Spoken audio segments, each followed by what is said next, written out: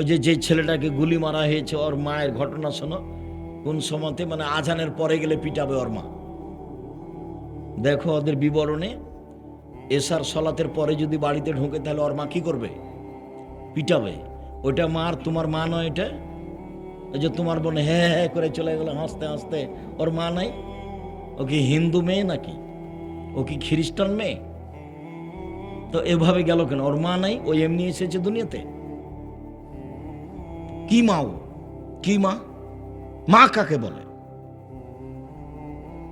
রাসূল সাল্লাল্লাহু আলাইহি সাল্লাম এক টানা মহিলাকে বলেছেন, মাকে বলেছেন এক টানা। যেমন আগের হাদিসটা বললেন, এক টানা বাপকে। এক, বিদ্যা শিখিয়ে দিল বাপ। দুই, শিষ্টাচার শিখিয়ে দিল বাপ। তিন, মেয়ের সাথে ভালো আচরণ করলো। চার, বিবাহ দিয়ে দিল। তাহলে সেই মেয়ের পিতার আমি জান্নাতে একসাথে থাকবো। সবটুকু বাপের জন্য। এবার দেখেন সবটুকু মায়ের জন্য। যেটা বলতে যাচ্ছি সেটা খুব ভালোভাবে জানা আছে। জাবের রাদিয়াল্লাহু তাআলা আনহু বলেন, সফর থেকে আসছিলাম, আমরা মদিনায় ঢুকবো। তখন আল্লাহ রাসূল বলে, এই থামো থামো, সবাই এখানে থাকো, আমরা সকালে মদিনায় ঢুকবো। তখন জাবের রাদিয়াল্লাহু তাআলা আনহু বললেন, আল্লাহর নবী, আমি নতুন বিবাহ করেছি, আমাকে বাড়ি যেতে অনুমতি দেন। তখন আল্লাহ রাসূল বলছেন সাল্লাল্লাহু আলাইহি সাল্লাম, ও তুমি নতুন বিবাহ করেছো? তো কুমারী মেয়ে বিবাহ করেছো না তালাক প্রাপ্তা মেয়ে বিবাহ করেছো? তো জাবের রাদিয়াল্লাহু তাআলা বললেন যে তালাক প্রাপ্তা মেয়ে বিবাহ করেছি, বেশি বয়সের মেয়ে বিবাহ করেছি। কেন? কম বয়সের মেয়ে কেন বিবাহ করলে না? তুমি তার সাথে খেলতে, ও তোমার সাথে খেলতো। তুমি কুমারী মেয়ে কেন বিবাহ করলে না? তুমি তার সাথে খেলতে, ও তোমার সাথে খেলতো। এই পর্যন্ত আল্লাহ রাসূল বললেন। তখন জাবের রাদিয়াল্লাহু তাআলা বলছেন, আল্লাহ নবী শোনেন, আমার আব্বা উহুদের যুদ্ধে শহীদ হয়েছেন, 9 জন মেয়ে রেখে আমার 9 জন বোন আছে। আল্লাহ নবী শোনেন, আমার আব্বা উহুদের যুদ্ধে শহীদ হয়েছেন, 9 জন মেয়ে রেখে আমার 9 জন বোন আছে। আকরাহুনা তাযাওয়াজা মিসলাহুন্না, ওদের সমবয়সের কম বয়সের মেয়েকে বিবাহ করা পছন্দ করিনি 4টা কারণে। বেশি বয়সের মেয়ে বিবাহ করেছি 4টা কারণে। আমার বোনদের সমবয়সের মেয়েকে বিবাহ করা পছন্দ করিনি 4টা কারণে। বেশি বয়সের মেয়ে বিবাহ করেছি 4টা কারণে। এক, লিতুআল্লিমাহুন্না, আমার স্ত্রী যেন আমার বোনদেরকে বিদ্যা শিখাতে পারে। দুই, লিতুরাজ্জিলাহুন্না, আমার স্ত্রী যেন আমার বোনদেরকে শিষ্টাচার শিখাতে পারে। শিষ্টাচার কি জিনিস? শিষ্টাচার কি জিনিস? তুমি বলো। যে দোকানে দাঁড়িয়ে জিনিস কিনছে, এটাই শিষ্টাচার? তুমি বলো। এই যে ল্যাংটা হয়ে চলে যাচ্ছে প্যান্ট পরে স্কুলে, এটাই শিষ্টাচার? তুমি বলো। নগ্ন পোশাক পরে স্টেজে চলে যাচ্ছে স্কুলে, তুমি বলো এটা শিষ্টাচার? বড় মোবাইলে তোমার বোন দিন রাত ল্যাংটা মেয়ে দেখছে, পুরুষ দেখছে, বলো এটাই শিষ্টাচার?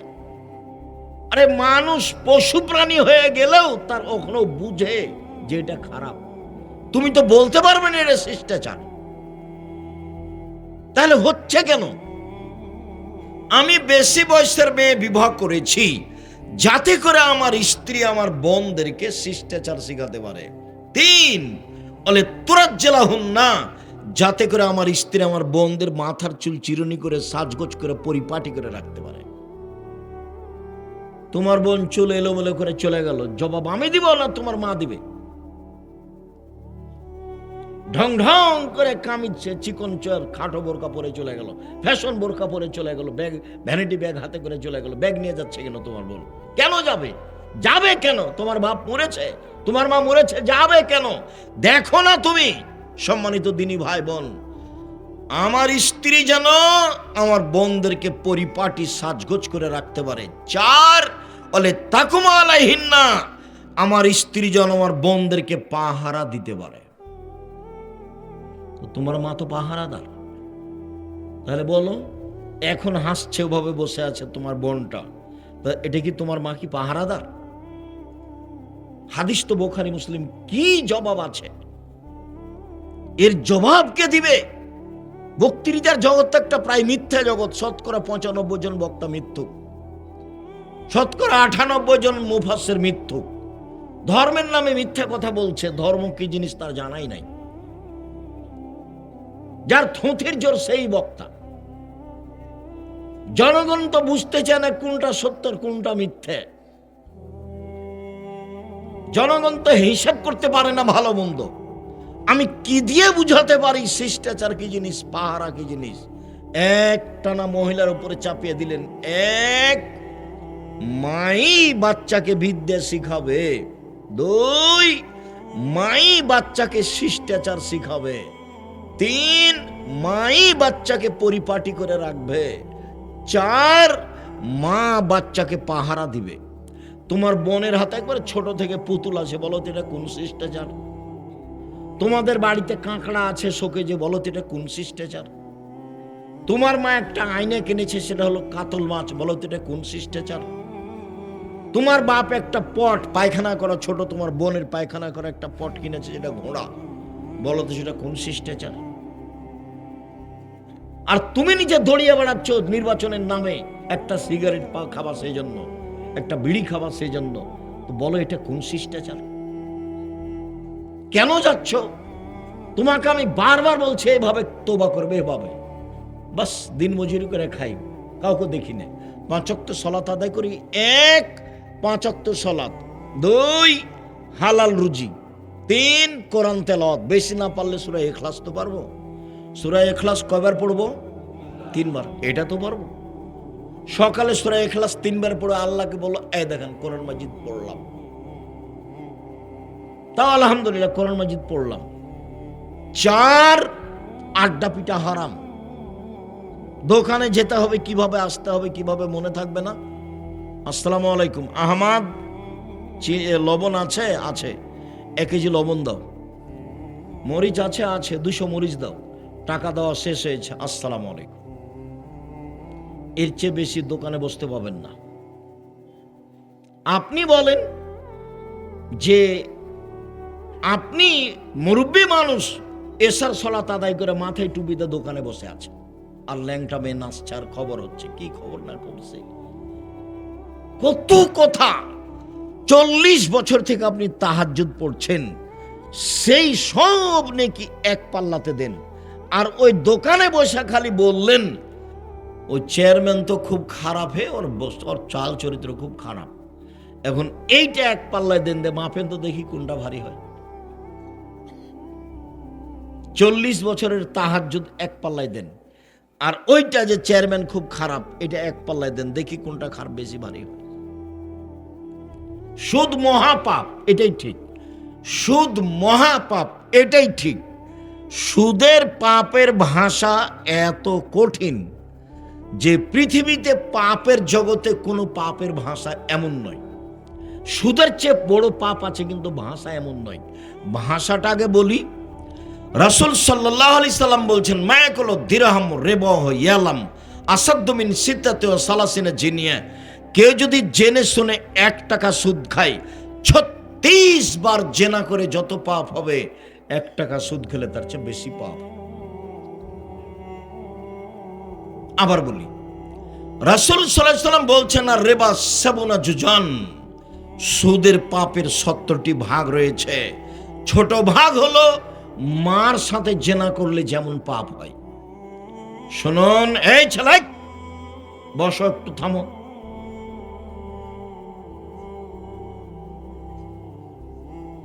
শিরক মহাপাপ, ভাষা এমন নয়। মাকে গালি দেওয়া মহাপাপ, ভাষা এমন নয়। মিথ্যে সাক্ষী মহাপাপ।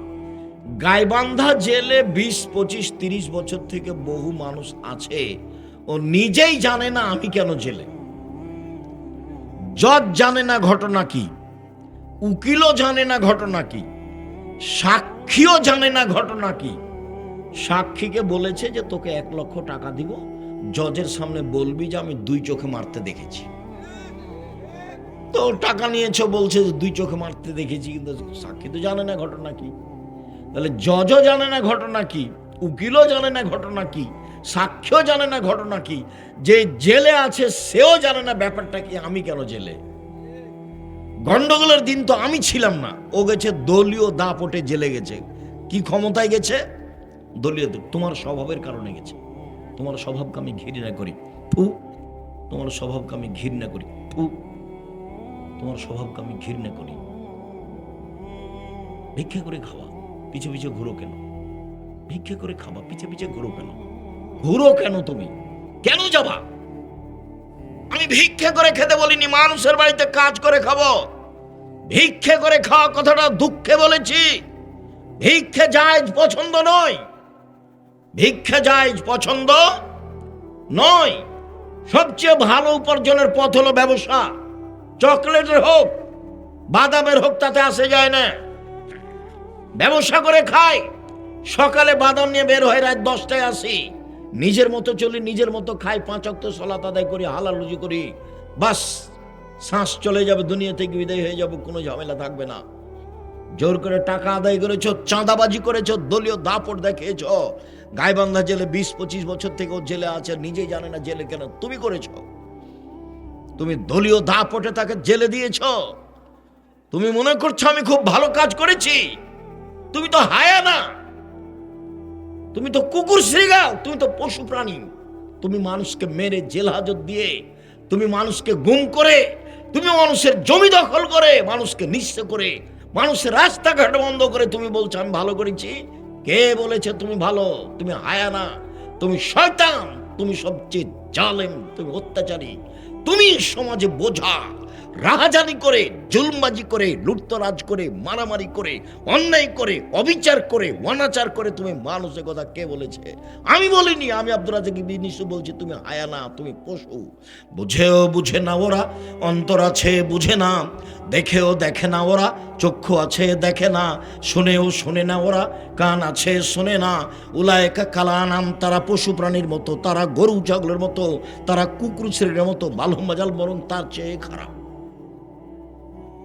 কেন হবে তা? সহজ পথে আসেন। বাঁচার 3টে পথ, জাহান্নাম থেকে বাঁচার 3টে পথ। 1, মুখ বন্ধ রেখো, বাস জান্নাত হবে। 2, জরুরি প্রয়োজন ছাড়া বাড়ির বাইরে যাব না। মিছিল তো বহু দূরের কথা, শীতের দিনে পিছে পিছে দুড়িয়া বেড়া তো বহু দূরের কথা। জরুরি প্রয়োজন ছাড়া বাড়ির বাইরে যাবা না, বাস জান্নাত হবে। 3, পাপের জন্য কাঁদো, জান্নাত হবে। রাসূল সাল্লাল্লাহু আলাইহি ওয়াসাল্লাম বললেন, পৃথিবীর মানুষ শোনো, তোমাদের কি হবে, যুগের কি হবে, তোমাদের কি হবে, যুগের কি হবে। সমাজের মানুষ যখন আগাছা হবে তখন তোমাদের কি হবে, যুগের কি হবে। সমাজের মানুষ যখন আগাছা হবে তখন তোমাদের কি হবে, যুগের কি হবে। তো সাহাবীগণ বলেন তাহলে কি করতে হবে? সবাই যদি সমাজে আগাছা হয়ে যায় তা আমি কি করব বলেন? তখন আল্লাহ রাসূল বলছেন, শোনো, 1, আলজাম লিসানাক, মুখখান বন্ধ রেখো। সেই সময়ে তুমি তো মিছিল করছো, তুমি মুখ বন্ধ রেখেছো। 1, মুখ বন্ধ রেখো। 2, বাড়িতে থাকিও, বাড়িতে। 3, যেটা ভালো সেটা নিবা, যেটা খারাপ সেটা ছেড়ে দিবা। এই পর্যন্ত বলতেই সাহাবীগণ বলে উঠলেন, ঠিক আছে আল্লাহর নবী, বুঝলাম, আমি বাড়িতে থাকবো, কিন্তু প্রতিপক্ষ যদি আমাকে এসে বাড়িতে মারবে তো। তোমাকে মনে করছে যে তুমি আওয়ামী লীগ, এখন মারবে না? তুমি তো কয়দিন মারেছ, তোমার তো চরিত্র খারাপ, তুমি ভালো জানো। জেনা করলেই শুধু খারাপ চরিত্র হয়? জুলুম খুব খারাপ জিনিস, এর বিচার পরে হবে। জাহান্নামে চলেই গেছে, তো ঢোকেনি কেন? মরেনি এই জন্য। যত জুলুমবাজ দেখছো, যত অত্যাচার দেখছো, যারা রাহাজানি করছে, যারা জুলুমবাজি করছে, যারা মানুষের কাছে চাঁদা আদায় করছে জোর করে, এই জাহান্নামে চলেই গেছে। ঢোকেনি কেন? মরেনি এই জন্য। মরলেই ঢুকবে, এটাই হিসাব। সম্মানিত দিনী ভাই বোন, অবাক হতে হয়। চট করে একটা কথা মনে পড়ছিল যে এখন ভূমিকম্প কেন, ঢাকায় ভূমিকম্প কেন, দেশে ভূমিকম্প কেন? 3টা কারণে ভূমিকম্প হয়, 3টা কারণে। 1, এই যে সারেবুল খমুরা, যখন মানুষ নেশাদার দ্রব্য পান করবে, তখন যখন মানুষ নেশাদার দ্রব্য পান করবে প্রায় মানুষই সিগারেট খায়, প্রায় মানুষই বিড়ি খায়, প্রায় মানুষই মদ খায়, প্রায় মানুষই গাঁজা খায়, প্রায় মানুষই হিরোইন খায়। যখন মানুষ নেশাদার দ্রব্য পান করবে তখন ভূমিকম্প হবে। 2, জাহারাতিল কায়নাত, মেয়েরা যখন নাচবে, সব দোকানে মেয়ে নাচে, সব মোবাইলে মেয়ে নাচে, সব বাড়িতে মেয়ে নাচে, তো ভূমিকম্প তো হবেই, ভূমিকম্প তো হবেই। সব মোবাইলে মেয়ে নাচে, প্রায় সব মোবাইলে, সব দোকানে মেয়ে নাচে, সব বাড়িতে মেয়ে নাচে। আল্লাহ রাসূল বলছেন মেয়েরা নাচলে ভূমিকম্প হবেই। স্কুল তো চলে না মেয়ে নাচানো ছাড়া, হেডমাস্টারের হেডমাস্টারই চলে না ঢোল ঢাক ছাড়া, মেয়ে নাচানো ছাড়া। আর তোমার বাপ মায়ের চলে না জন্মদিবস ছাড়া। জন্মদিবস সেরেক, মৃত্যু দিবস সেরেক, 16 ডিসেম্বর সেরেক, 26 মার্চ সেরেক, 21 ফেব্রুয়ারি সেরেক, পৃথিবীর যে কোনো দিন পালন করা সেরেক। গলায় তাবিজ ঝুলানো সেরেক, মাদুলি ঝুলানো সেরেক, তুলসী গাছ তুলে ফেলা যাবে না এই কথা বলা সেরেক, গরুকে লাথি মারা যাবে না এই কথা বলা সেরেক, ধানের উপর দিয়ে জুতা পায়ে দিয়ে হাঁটা যাবে না এই কথা বলা সেরেক, কবরে সিজদা করা সেরেক, কবরে কিছু চাওয়া সেরেক, পীরের কাছে কিছু কথা বলা সেরেক। বাংলাদেশে শুধু শিরকের বন্যা চলছে, এগুলো সবই সেরেক। তো তুমি মানুষ কোথায় আছো? এখন তো মানুষ নির্বাচনের নাম দিয়ে যাচ্ছে, হিন্দুদের মেলাতে যাচ্ছে, হিন্দুদের মন্দির ঠিক করে দিচ্ছে, কত কি করছে, কি দেখাতে চাও? আর তুমি তার পিছু পিছে ঘুরো। যখন তোমাকে আমি দেখি ঘুরতে, আমি গাড়ি নিয়ে যাই, তোমাকে দেখি যে তুমি পিছনে পিছনে মোটরসাইকেলে ঘুরছো আর মিছিল করছো, তখন তোমাকে এত ঘৃণা করি আমি। তোমার চেয়ে আমার কাছে খারাপ মানুষ আর কেউ থাকে না। তোমার চরিত্র আমার কাছে এত খারাপ। তোমাকে আমি 30 বছর থেকে বলে আসছি সহজ জীবন, বারবার বলছি সহজ জীবন, 5 ওয়াক্ত সালাত, হালাল রুজি, কি দিন মজুরি, সহজ জীবন, হালাল রুজি, কি বাদাম বিক্রি। বাদাম বিক্রি করতে হবে কথা আমি বলিনি, কোটি টাকার ব্যবসা করো, দেশের সবচেয়ে বড় ব্যবসায়ী হও। টাকা দিয়ে সরকারকে উঠাতে হবে না, নামাতে হবে না। টাকা ইনকাম করি অসহায় মানুষের পাশে দাঁড়ানোর জন্য। জান্নাত পেতে রাজি নই, জান্নাত কিনতে রাজি। 5 ওয়াক্ত সালাত আদায় করে জান্নাত পাওয়া যায় কিনা যায় না, হজ করে জান্নাত পাওয়া যায় কিনা যায় না। শুনুন, রমজান মাসে রোজা সিয়াম থেকে জান্নাত পাওয়া যায়, জান্নাত কিনা যায় না। অসহায় মানুষকে দান করলে জান্নাত কিনা যায়, দান দিয়ে জান্নাত কিনা যায়। আল্লাহ বলছেন তোমার টাকার বিনিময়ে আর তোমার জানের বিনিময়ে আমি জান্নাত বিক্রি করে দিলাম। যাও, তো টাকাই নাই তো তুমি জান্নাত কিনবা কিভাবে? আমি বড় ব্যবসা করি, এই জন্য জান্নাত কিনার জন্য আমি জান্নাত পেতে রাজি নই, আমি জান্নাত কিনতে রাজি। ব্যবসা করো, আমি তো নিচে নেমেছি চকলেটের ব্যবসায়ী। 3, যারা বাদ্যযন্ত্রে লিপ্ত থাকে, তখন যখন বাদ্যযন্ত্র সমাজে বেড়ে যাবে তখন ভূমিকম্প হবে। শুনুন, 3টি পাপের কারণে 3টি বিপদ আসে। 1, ভূমিকম্প হবে। 2, সন্ধ্যা থাকবে মানুষ, সকালে হবে শোর বানর। 2, সন্ধ্যায় থাকবে মানুষ, সকালে হবে শোর বানর। একবার হুবাহু শুক্র হয়ে যাবে, হুবাহু। 3, সমস্যা নেমে আসবে, যেখানে সেখানে মারামারি, মাদ্রাসায় মারামারি, মসজিদে মারামারি, রাস্তাঘাটে মারামারি, কেউ কাউকে মানবে না 3টা পাপের কারণে। সম্মানিত দিনী ভাই বোন, আমি আপনার খুব কাছে থেকে আপনাকে শক্তভাবে বলছি আপনি এই পথ থেকে ফিরে আসুন। শক্তভাবে আপনাকে বলছি আপনি এই পথ থেকে ফিরে আসুন। আপনি আমার দিনী ভাই, আপনি আমার দিনী বোন, আপনাকে আমি অনুরোধ করে বলছি আপনি আমার দিনী বোন। আমি আব্দুর রাজ্জাক বিন ইউসুফ এসেছি, আপনি জানলেন, এরপর আপনি চলে গেলেন কেন? এভাবে দেবরের সাথে আসলেন কেন? গল্প করতে করতে চলে গেলেন কেন? আপনার শরম হয় না কেন? মহিলা মানুষ, আপনার হায়া হয় না কেন? আপনার ইতস্তবোধ হয় না কেন? আপনার লজ্জাবোধ হয় না কেন? লজ্জা আপনি বেঁচে খেলেন কেন?